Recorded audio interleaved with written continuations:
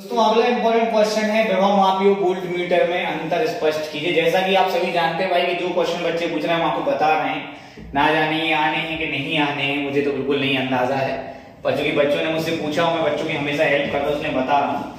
देखिए विभव मापी और वोल्ट मीटर में जो अंतर है समझो, दोनों इंस्ट्रूमेंट है और दोनों से वोल्टेज नापते हैं। ठीक है, विभव मापी बेस्ट है और वोल्ट मीटर उससे थोड़ा सा कम है। अगर ये बात दिमाग में रखोगे तो तीन अंतर तो लिख ही दोगे, ये बहुत जरूरी है दिमाग में रखना कि विभव मापी बेस्ट है।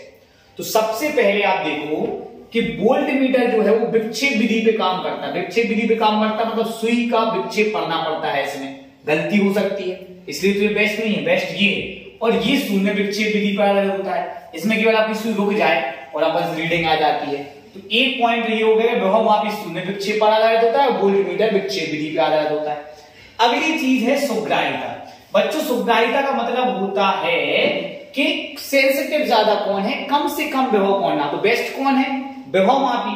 तो अपन एक एक करके अपन इनको याद करेंगे पॉइंट वाइज। सबसे पहले अपन बात करते हैं विधि। तो विभव मापी होता है शून्य विक्षेप विधि पर आधारित और वोल्ट मीटर होता है विक्षेप विधि पर आधारित। ये याद रखना, विभव मापी बेस्ट है। अगला है सुग्राह्यता। तो भैया सुग्राह्यता का मतलब है सबसे कम, बिल्कुल बारीक से बारीक विभव कौन नाप सकता है।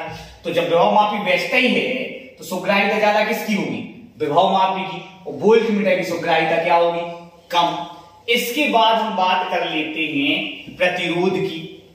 तो बच्चों विभव नापने के लिए प्रतिरोध सबसे ज्यादा हो सकता है अनंत। तो विभव मापी का जो प्रतिरोध होता है वो आपका अनंत होता है और इसका ज्यादा होता है पर अनंत नहीं होता। ठीक है, इसके बाद हम एक सिंपल सा बात कर लेते हैं कि ये जो विभवांतर नापता है वो वास्तविक विभवांतर के बराबर होता है, मतलब इसमें रीडिंग एकदम परफेक्ट आती है। और इसका जो विभवांतर है वो वास्तविक विभवांतर से थोड़ा सा कम होता है। ठीक है, इसके बाद एक बहुत अच्छी बात है ई, जिसको आप बोलते हैं विद्युत वाहक बल।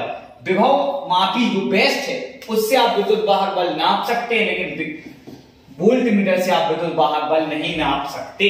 फिर ये बड़ा भी होता है, विभव मापी आकार में बड़ा होता है और ये आकार में छोटा होता है। तो सारी अच्छाई विभव मापी की और सारी बुराई वोल्ट मीटर की। एक बार फिर से रिवाइज कर लेते हैं ताकि बिल्कुल क्लियर हो जाए शॉर्ट में। सबसे पहले अपन बात करते हैं विधि की। तो विधि विभव मापी आधारित होता है शून्य विक्षेप और वोल्ट मीटर आधारित होता है विक्षेप विधि पर। सुग्राह्यता की बात कर लें अपन तो इसकी सुग्राह्यता ज्यादा होती, इसकी कम होती। ठीक है, प्रतिरोध की बात कर लें तो इसका प्रतिरोध अनंत होता है, इसका ज्यादा होता है लेकिन अनंत नहीं होता। ये जो विभवांतर नापता है वो वास्तविक विभवांतर के बराबर होता है, ये वास्तविक विभवांतर के बराबर नहीं होता। इसकी सहायता से आप विद्युत वाहक बल नाप सकते हैं, इससे विद्युत वाहक बल आप नहीं नाप सकते। ये आकार में बड़ा होता है, बिग होता है, जबकि ये आकार में छोटा होता है। ठीक है दोस्तों, कोई भी तीन अंतर याद करें आपको लिख देना है। अगर आप स्क्रीनशॉट लेना चाहते हैं तो ये रहा बड़े, उसमें बड़े ताकि आप याद कर सकें। स्क्रीनशॉट लेने आप इसको स्क्रीनशॉट ले लीजिए, याद कर लीजिए। और कोई क्वेश्चन आपको जानना हो तो प्लीज मुझे मैसेज कीजिए, मैं आपको उस क्वेश्चन का भी सॉल्यूशन बता दूंगा। चलिए।